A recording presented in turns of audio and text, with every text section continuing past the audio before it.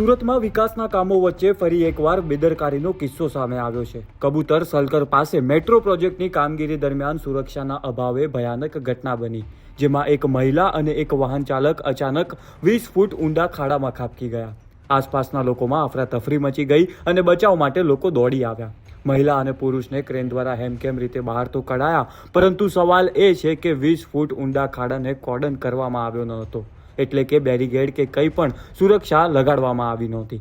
નોંધનીય છે કે સુરત સહિત ગુજરાતના અન્ય શહેરોમાં પણ પહેલા મેટ્રો અને રોડ પ્રોજેક્ટ દરમિયાન બેરીગેડિંગની અછત અને ખુલ્લેલા ખાડાઓને કારણે નાના મોટા અકસ્માતો બન્યા છે, છતાં પણ જવાબદાર તંત્રએ કોઈ પાઠ શીખ્યો નથી। હવે મોટો સવાલ એ છે કે શું વિકાસના નામે લોકોની જિંદગી જોખમમાં મુકાઈ રહી છે, અને આ બેદરકારી માટે જવાબદારી કોણ લેશે તે મોટો પ્રશ્ન છે। તમારું શું કહેવું છે આ બાબતે? અમને કોમેન્ટ કરી જણાવો।